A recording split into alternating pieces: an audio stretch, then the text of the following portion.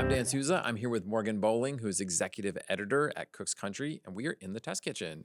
Morgan, welcome to the show. Thanks. I'm excited to be here. Well, I'm excited to have you here. We have a lot to talk about. On this show, what I really want to do is kind of reveal behind the scenes of what's happening at the test kitchen, bring an amazing ATK co-host like yourself, talk for a little bit, and then really dive down into like what's happening at the test kitchen, get into the gossip a little bit. Let's get into the goss. That sounds great. I'm ready. And then we're going to bring in some amazing guests from the outside to kind of hear what they're working on and how it influences and connects with what we're doing. Perfect. So I want to start off really important question here. I notice your earrings are pigs. Well, thank you for noticing. I'm really honored by that. I have my pig earrings on today. I love them. So I feel like you have an affinity for pork. You've worked on Cook's Country here at America's Test Kitchen for how many years? 11 years. I hit 11 in March. So 11 years. Yeah. Congratulations. And I think you have sort of a reputation for really liking pig. I feel like I've seen videos of you online roasting whole pigs. Where's all this come from? What's going on? Yeah, well, I'm from North Carolina, and I grew up doing pig roast, and then now I have a pig roast every year in Boston. I also just it's kind of the best meat in my opinion. Maybe it should be most people's opinion. So I feel like, I have an affinity for pork products, pork puns, pork earrings, everything pork. Everything pork. Everything pork. So in your freezer, do you have like tons of lard stocked in there? Is it you use it for cooking, but also like as a hair conditioner? Like, a little bit like face cream, hair conditioner. It's like, I feel like it's my perfume. But no, let's see. I've got 3 kinds of lard in my freezer, 2 kinds of bacon. I probably have some pancetta. I might not. I'm like, wow, I might be. I'm like, do I have any other pork products in there? I probably have a pork tenderloin. That's pretty good. That's pretty good. It's okay. Do you think if you ask most chefs and cooks out there, like the most versatile meat, do you think pork is where it comes in? I do. I feel like it's the most versatile. I mean, it's also like so easy for curing. There's so much you can do with it. My friends and I have this game where we get to pick like every so often. We allow ourselves 10 ingredients for the rest of life, and we almost always each pick a pig because there's so much you could do with a pig if that was one of your ingredients. So the game is you have 10 ingredients for the rest of your life, and one of them can actually be a whole pig? Well, maybe that's a cheat, but yes, one of them can be a pig. Yeah, it doesn't sound that bad or even that hard at that point. I know. Well, you can do a lot with a whole pig, especially if you have like salt and a pig and thyme. Yeah, that's true. So I've said this many times when I've introduced you to other people, is that you have an affinity for outdoor cooking and grilling, barbecue specifically, that is on a level where I like to say that Morgan likes grilling and outdoor cooking more than I like anything else in life. Like, it is so intense, and I'll see you, obviously when you're here developing recipes, you're on the grill a lot, but you go on vacation and you're like in Tuscany in this beautiful place, and the stuff you're posting on your social media is you at the grill cooking something. Where is that? The North Carolina? Like, where does that come from? And what specifically is it that is so appealing to you about grilling and outdoor cooking? Yeah, I mean, I think it's partly North Carolina. It's like a great way to cook. You're outside, you're over fire. There's something very fun and rustic and human about it, which I really like. But I don't know, I also love just bringing people together around food, and I try to travel a lot with friends. So one of my biggest things when we're traveling is to get an Airbnb or some other vacation rental and actually make sure we have a grill so that then I can cook. I also think you probably are like this. I like seeing what the ingredients are in a local place and going to the grocery store. Yes. Yeah. Yeah. And then it's so fun to also do the same thing with a grill. Like in Italy, we had this really cool wood fire grill that took me 4 hours to figure out how to actually get it going at a regular rate. So you're not out touring around Italy. You're 4 hours. I got to figure out this grill. I was drinking Aperol spritzes during it, so that might have played into why it took so long. Right, but it was great. And then I've also, when I was in Mexico, we had a grill. Anywhere in the U.S., I definitely have a grill. I'm trying to think of if I've grilled in other really cool places. In Iceland, I actually I had a little baby grill there. That was fun. Even in Iceland. Wow. Yeah. I think that's amazing. And so is it about the sort of process? Is it about just the flavors that you get at the end of the day, or how much of it is about the process and burning and live fire? Yeah. I feel like it's a lot of that. It's about the process. It's about having the fire. It's about there's something a little wild about it and uncontrollable. Even if you have a gas grill, it's still a little less precise than actually using an oven or a stove. And I kind of love that. You have to be hands-on, you have to adapt, and you have to kind of play with it. And then I just feel like it is so universal in the sense of humans learn to cook over fire. Yeah. And so there's something very grounding about it to me. I don't know. I also think I'm sort of an introvert, so if I need a break from people, I'm I'm going out to the grill. Interesting. Wow, I'm learning so much about you. So you like a little bit of the chaos, Yeah. the chaotic element. And I wouldn't have said that you were an introvert. I feel like you're usually so outward and I love and humans, expressive. but I like feel like I need like space sometimes from humans too. Humans are good, but girl greats are better. Yeah, exactly. That's Yeah. a great. That Yeah. should be on my T-shirt. Yeah, that should be the T-shirt. Okay, so you've been in America's Test Kitchen a long time. You know our grill recipes super well. What's the go-to that people have to try? They love grilling. They haven't made it yet, likely. What's one of your top grilling recipes here? Okay, I'm torn. I'm like, oh gosh, my mind's racing. That's a really hard question for me. I think my smoked turkey, it's like a pulled Tennessee style turkey, is really delicious. And it's one of those ones I've made for Friendsgivings or different things like that. And they're always like, how is this turkey? Like turkey's usually so dry and not good, but it's really delicious. It's delicious. It's sort of like barbecue in its own. I mean, it is barbecue. It's smoky, but it's really moist, which I feel like you often don't get with turkey. Oh, it's never moist. Yeah. Yeah, and then there's a white barbecue sauce, so you're smothering it in mayo, and that's delicious. And I think people are also like sometimes like, white barbecue sauce, what is that?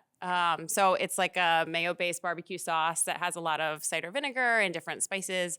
It's so good. So good. Yeah, So white good. barbecue sauce. So I grew up, in New England, did not have a lot of barbecue sauce exposure. When I first tried it, was blown away by it. I'm a big mayo guy. I love mayo. okay. So it was like, We're friends. yeah, that's why we're connected. Is this the recipe where after you cook the turkey, you actually put it in a stand mixer and use the paddle to beat it up so that it gets this like nice shreddy texture? That's a pork recipe. At least that one Okay. that I did Yeah. that was developed like that. We might have another turkey recipe like that, but this one you actually just pull it by hand. Okay. But you do steam it in a disposable pan with butter, actually toward the end of cooking. So Butter is always a good helps idea. why it's Yeah. so moist. But yeah, I think it's delicious. It's like very easy to put together. Makes a great sandwich. Oh, I love that. Sounds great. And I feel like that turkey we often think about, it's Thanksgiving, it's Yeah, one I time think a all of year. us are This like- is anytime. This Yeah, is summer. anytime. Oh, Yeah. that sounds so good. Yeah. Well, Morgan, I think we could talk about what's in your freezer, the number of pork products you have and love, and grilling and barbecue all day. Yes. But we do have a wonderful guest that I want to bring on. I'm so excited to welcome Maggie Zhu to the Test Kitchen.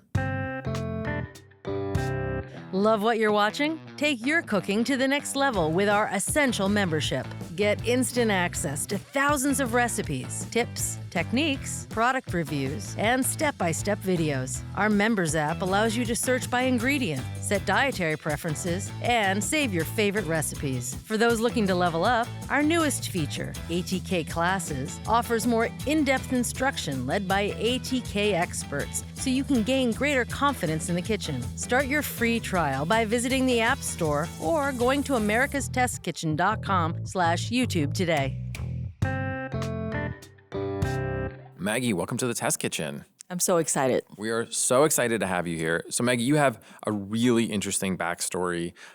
You were in Beijing. You grew up in Beijing. You spent time in Texas. Yeah. You spent time in New York. And I think you spent time in Japan as well. Yep.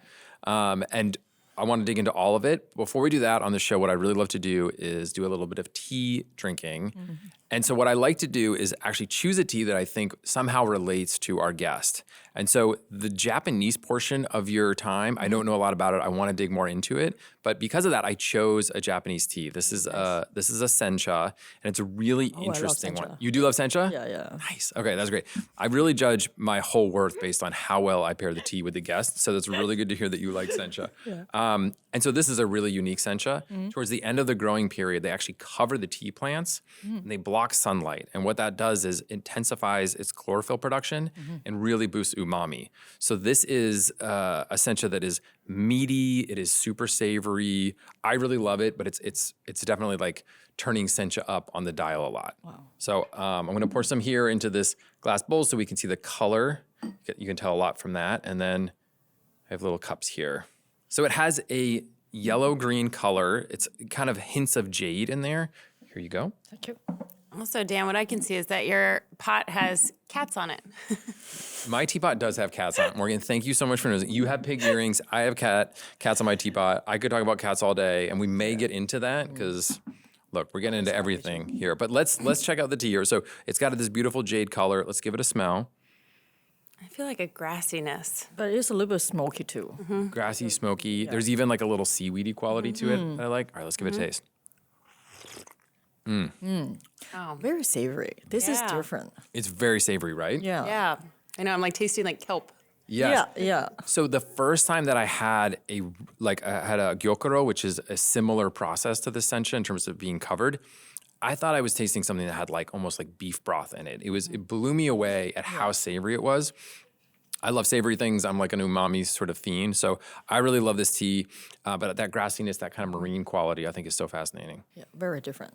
All right. Well, you may hear sounds of us sipping tea and things throughout the podcast here, but I hope it just means that we're enjoying it.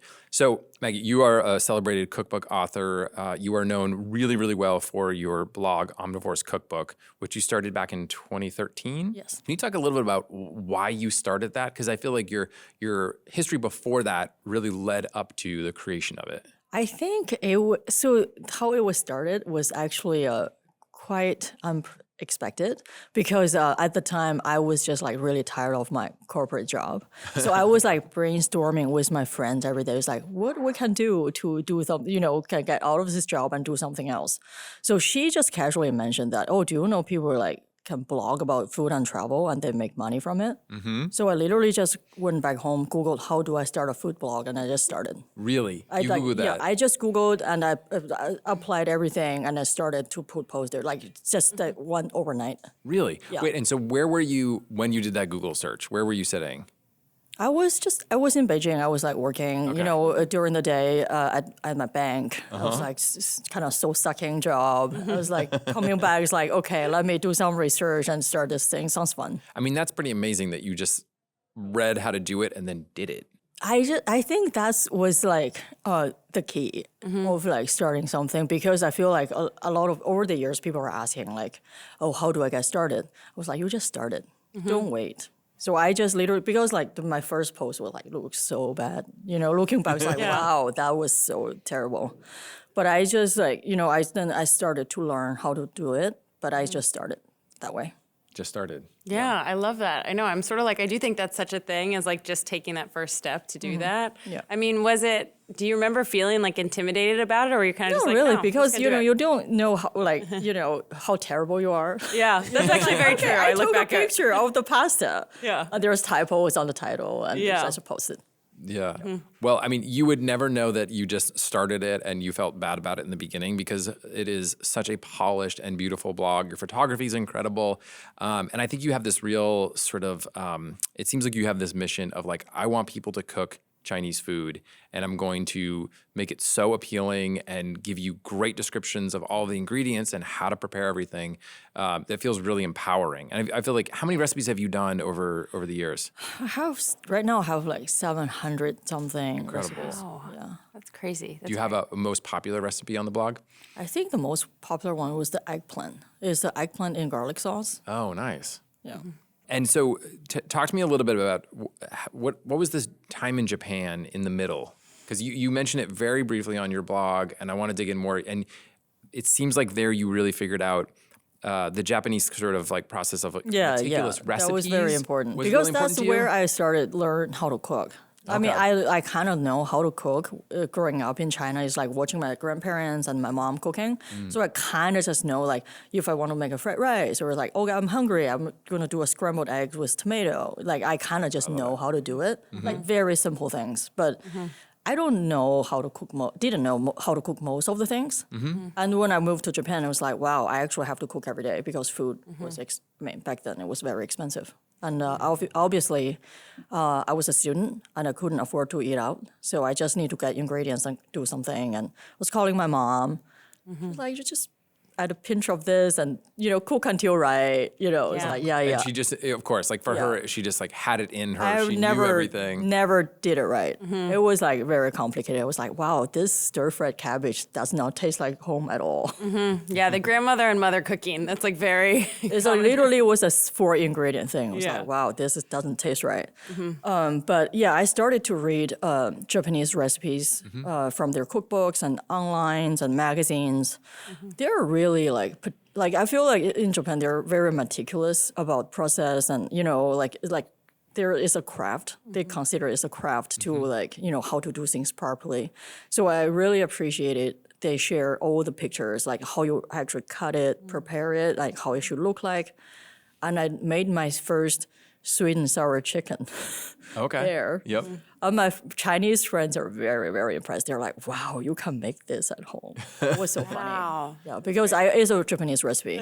Yeah. And did that feel sort of a turning point for you? Yeah, because I feel like, whoa, this is like, because I never read recipes like that in China. Because back then, especially online recipes are not very developed like now. Yeah. There is just like really, even cookbooks are really, really vague about things. They don't tell you. Even now, you search for recipes, it's a list of like 20 ingredients. You're just like adding that, you know. Yeah. Well, and there's like a cultural understanding of like how recipes come together that I think as we get into more modern times, people sort of lose that. But that might be held on to a little bit stronger in China still. Yeah, So people can benefit from yeah. that. A lot of nuance in it. Yeah. But I really feel like it was empowering in Japan that I just can start to cook all kinds, because then I learned some Italian cooking, some Japanese cooking, like all sort of like recipes. I feel like I can find some really fun dishes, and then I just follow it. I was like, wow, this is actually tastes good. You talk a little bit about on your blog of the sort of Western food that you grew up eating, and I found it so interesting that it was Russian food. French-influenced Russian food, which I guess was really popular in the 90s. Yeah. Can you talk a little about like what that tasted like and It's it seems like you still have an affinity for It's it. a really niche thing. Like nobody ever Yeah. heard of that. But I grew up eating that kind of Western food. It's really interesting. Like fish au gratin and oxtail soup. But Like it's potato salads. yeah, all that. Yeah. Was that connected for you? Do you carry that through in terms of what you cook now and what's in your cookbooks? I think it really opened my palate and my mind towards food. Like, so I don't, because I think most people, like a lot of my Chinese friends, they only eat Chinese food. They think, oh, like this is like really different. Like for me, it's like, because I was exposed, not like to a huge variety growing up in the 90s, but I did get exposed to like different flavors and textures, and that I feel like helps a lot for me to like, like after I grew up, I'm very acceptable to like very different things. Yeah, a big variety of things. So there could be a good debate here of barbecue styles. So Morgan is from North Carolina. You spent time in Texas. Yeah. Do you have strong feelings about barbecue? They do it really well there. They do really well there. It's like the briskets Yeah, in they're Texas. really I mean, like, you're not really big on pork because like there's really good with like beef. Yeah, there. they Yeah. are. They raise a lot of cattle. briskets, very, very nice. I Morgan, know. would you agree that Texas does it better? Okay, no, I would not agree that. I'm not going on the record saying that. Oh my God. No, I am a full believer that I have an affinity for North Carolina whole hog, which is eastern side of the state. But I will admit that brisket is probably, well, I wouldn't say it's harder to cook, but it's known as the holy grail of barbecue. So if you do brisket really well, then I think it's really, really hard. it is really, really hard to cook well. And so when you go to Texas and you have that brisket that's like meltingly tender, you're like, this is very impressive. Yeah, and they do have really good beef. Yeah. That's like, because I think I moved around and then I buy a steak from like supermarket. It was like, wow, this actually tastes very different from the ones from Texas. Yeah. It's like the quality was so high there. Yeah. Yeah, I think they put make a a lot difference. into their production there. Yeah. Have you done more beef because of your time in Texas? Probably because we don't eat that much beef in China because the quality is like not that good. It's like there's a very limited type of cuts that you can buy from a supermarket. Usually you don't get a steak and do things with it. So like I definitely eat more beef here for sure. Yeah. So I want to shift the conversation a little bit. We're sitting in the test kitchen, and one of the things that we do so much here, I don't think everyone really knows, is like fail. It's a huge part of our process. I would say it's like 99% failure, and then that 1%, it's like we got it, and we're happy with the recipe. I'm curious on your side, when you're doing your recipe development, how that works for you. Do you make a lot of mistakes in the process? Has that gotten shortened over time, and you're so much better at it? But how does failure sort of play into it? We talked about a lot of your successes, but how does failure play into it? They're definitely, sometimes it's just like really smooth because especially dish I'm familiar with, like I know how it tastes like. I kind of have an idea of what goes into it. And then there's those things that are like, I did not like, namely southern part of China, Cantonese cooking, because I'm from Beijing, so it's northern cooking. So it's like really different. So most of the time I was like, ooh, I'm not sure about this, or I have to do a lot of research. And then I do something in the kitchen, it's like, wow, this is like, just like not correct at all. It just doesn't. So it's just like so far away from correct, and I don't even know how to fix it. Yeah. So I did came across like certain recipes.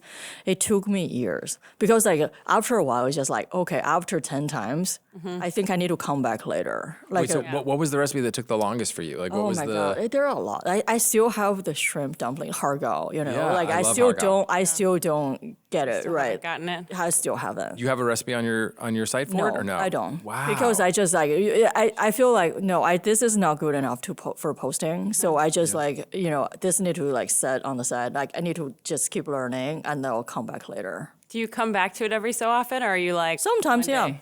yeah. So I have a similar. So my hargao is French macaron, the beautiful sandwich cookies.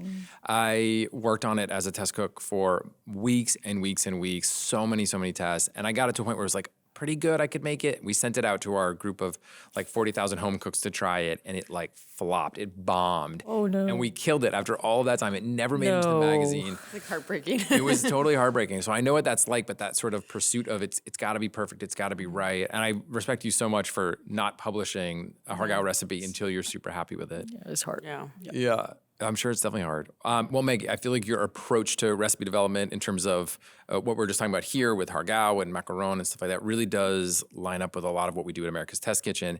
And that's a nice segue into talking about the ATK residency. So you've signed on for this residency with us to be an editor in residence for a couple of years, do recipes with us and be on our shows. I'm super excited about it. I'm curious, what made you want to come and do this year? Oh, I think it's just like a really exciting project. I feel like there's so much I can learn from everybody. After working alone for so long, Yeah. I really crave like environment you can work with other cooks, and especially so many experienced people from different backgrounds, and then. Yeah, and then I get to do things like podcasts and video shoot and all that. It's like really new to me, and I feel like I just can really learn so much from it. Well, that's awesome. We're so excited to have you here. And I feel like your perspective, your unique perspective on food we're looking for that too. So it's going to be really welcome here. Maybe you'll work on a hargao recipe with us. Oh my God. Oh gosh, don't like scare her now before she gets in it.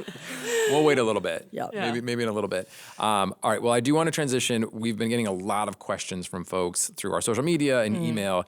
And I think the three of us are uniquely suited to answering them. So let's see what we got. Great. Love our in-depth reviews? Get the latest from our reviews team delivered straight to your inbox. Our well-equipped cook newsletter provides top product picks, no-nonsense buying guides, and must-try recipes. No extra fluff, just the smartest ways to shop, save, and cook. Sign up for free now at americastestkitchen.com/newsletter. This is an interesting one. It comes from Margie BB3. We got this one on Instagram at Test Kitchen is our handle there if you have more questions. So Margie asks, are there any tips you can share for cooking on an electric stove so your food doesn't burn? Do you cook on gas? Do you cook on electric? I've cooked on both. For electric stove, I feel like the best way is to use like a heavier skillet so that like you heat it up like nicely and it holds heat well. But you don't heat up because I feel like if you use a very thin pan, you can overheat it and then you put something in it, then the temperature drop is like it's burned and undercooked at the same time. Yeah. So I prefer to use like a cast iron pan or sometimes like a heavy carbon steel. Yep. And you like slowly heat it up. It take a while to heat it up nice and hot, but not like too hot that it burns the food immediately. But I feel like you heat it up nicely, and then you can drop the temperature a little bit, and then you start cooking without putting too much food in it. Yeah. And that is the best way to do it. I think that's such a good point. And those like the coil versus the glass top, that there can be some differences there as well. Yeah. One tip that I know we really love is if it's a recipe where you have to change temperature really rapidly, is to actually use two different burners. So one on say medium high and then Exactly. the other on low, And right? sometimes I tell people actually to remove this from the stove if you want it to cool off immediately instead of because it doesn't change that fast. Just Yeah. remove it. And I think I feel like always following the visuals of a recipe. I Yeah. feel like some people are like, I need to set a timer and just go by that time, but like No, it throw doesn't that out. work. Just use the cues, the visual cues, Yeah. because it can vary so much. Yeah, well, and especially if it's not as responsive as gas, so you have to really follow that. That's good. I like that. Okay, I've got another fun one here. So this comes from Janny Debbie, and Janny's asking, so using cornstarch to thicken in a recipe, how do I substitute potato starch? And I wonder in your recipes, do you think do you it's kind of easy. do that conversion? Yeah. I don't do the conversion, but there's like a ratio that I cannot really remember exactly. I think you need to use a little bit more potato starch. I know. It's like a very I think it's slightly less thickening power, right? Yeah. But the big key is that you use it in the same way, right? You make that slurry with Exactly. cold water. Yeah. It's the same. But because usually, when I develop recipes, I want it to be really simplified. So I put that with the sauce, so it thickens and cooking at the same time. But ideally, if you're not sure, the slurry should be separated. It's like you add the sauce and then it cooks a little bit, like everything's like seasoned and coated. Yep. And then the slurry you have, like you can always make more. So you can make like a little bit more and pour half at a time. And then you see if it thickens, it was like, I need a little bit more, you just pour more. That's so smart. I love that. Yeah. Because that's like a more traditional approach of like Chinese cooking versus like, just like you just see like how much that actually needs. Well, like you're talking about your mom and like growing up and that she would just, right? She just eyeballs the slurry there too. Yeah. But I also like it that you build it into the sauce recipes that you do, which is easier. Yeah. So you don't have to have a separate bowls and all that. Yeah, that makes a lot of sense. Okay, guys, we're like 2 for 2, I think. I think we're doing pretty well here. All right, I have another one here. Why doesn't butter cream properly in the winter, and how do I remedy that? And that is from House of Craven. I'm probably not saying that right. And Morgan, feel free to jump in. This is butter, so I feel like this is up my alley. Morgan loves pork, but she also loves butter. I love everything that has a high fat content. It's tasty. I think my theory would be that when you make buttercream, you're incorporating little bits of air in there. So I feel like you have to have the butter properly softened. So I think if you're leaving it at room temp and it's a winter and you keep your apartment a little colder, your house a little colder, that's probably why it's happening. So I would just put it like next to an oven or a toaster oven or somewhere where it's a little warmer to make it soften to the right temperature. Yeah, that's super smart. And also, like, if you're doing this and you're creaming butter, you probably are going to be baking. So, like, if you've got that warm oven, inch it over there. I totally agree with that. And I think, like, the microwave, you can do it in the microwave. It's really hard to get, like, softened butter. So I like your approach. Delicate game. Yeah. Do the more kind of indirect heat there and kind of shift it over. Nice. All right, that's a good one. This one comes from Lisa Hem, and it is, so this is, who is your favorite professional chef that you've learned the most from? But I'd like to expand that a little bit, and especially, Maggie, to hear from you. Who is someone who has been very influential in your cooking, in your sort of career, whether they're in food media or, restaurant cooking? I think the biggest influence I got is from Kenji. Recently, he published The Walk. The big Bible book, has really a ton of great information there. I feel like they're just, because they're like so thorough about things. Yeah. Like a lot of times, like maybe I cannot have the time and energy to do so much tests. So it's nice to see, they did run 30 things, and this is the result. Yeah. So I want to see that perspective. It's like really helpful. Yeah, it's true. Kenji's amazing. Do you know that he started at Cooks Illustrated here at America's Test Kitchen? I didn't know that. Yeah, if you go way back, we crossed over for a little bit. He's a great buddy of mine, and I agree. Like that sort of process of like testing and testing. Yeah. He's done such a fabulous job with it. And so, is The Walk your favorite book of his? It's one of them. Yeah.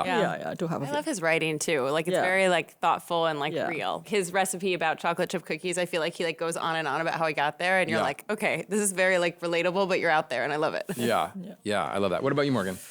Well, I was torn when you asked, because I think professional chef, it might be Vivian Howard, who's from like Eastern North Carolina. I love her style. Her cookbook, her first cookbook, stunning. It's broken down by ingredient, and so it talks a lot about like Southern cooking by ingredient.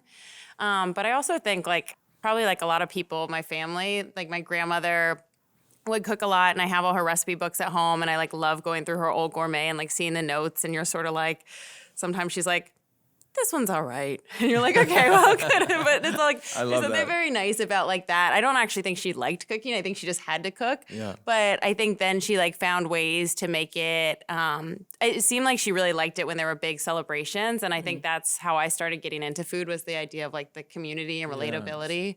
And so I think probably that like a lot of, I learned from my grandma a lot. So yeah, that's you. I mean, that's you to a T. I feel like the bringing people together in that party, that makes so much sense to me. Yeah. What about you?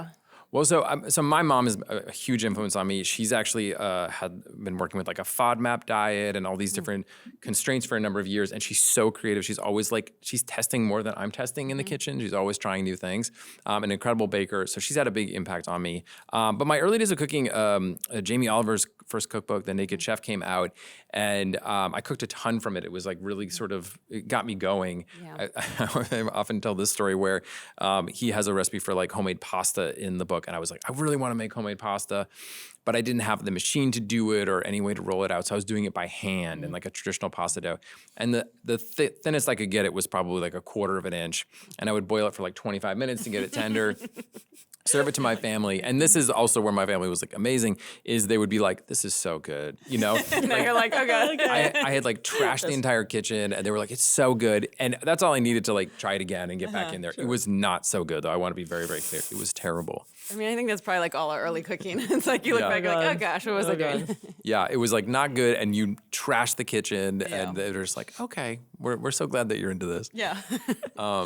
All right. Well, I think this trio is really good at answering tough questions. So please keep sending your questions in. Maggie, it is so awesome to have you on the podcast. Welcome to the residency. Welcome to ATK. I think we're going to work on that hargau recipe. But before we get... I'm so happy to be here, but I do not want to work you don't on want to work on it. We I think it'd be fun to work on together. But no, I'm sincerely so excited to have you here. Now, you have 2 recipes already up on americastestkitchen.com and the ATK app. What are they? Can we get a little description for our they're the Taiwanese minced pork and rice bowl. That is a traditional Luofan recipe, but made easier and quicker. So originally you need to use like cut up pork belly and braise it for 2 hours. And this is like really 30-minute braising. Amazing, yeah. Using ground pork. So it's very savory, top on the rice, you get a quick dinner. And the other is a chili crisp noodle. That is one of my favorite too, because you're using so it's a peanut butter base with like tons of like vinegar and like ginger, garlic, soy sauce, and chili crisp. It's like make this really savory umami sauce that is like really good on everything. It is. Yeah. I've had both of these dishes a number of times. I'm playing like I don't, but they are so good, Maggie. And I love that they're both like on the table really quickly, you know, already into my sort of dinner it's rotation. like that sounds like a great Tuesday night, like the best Tuesday night you could have.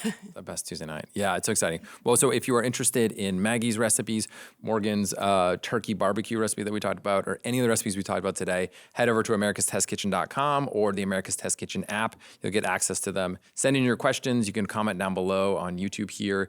Thank you, Maggie. Thank you, Morgan. And we'll see you next time.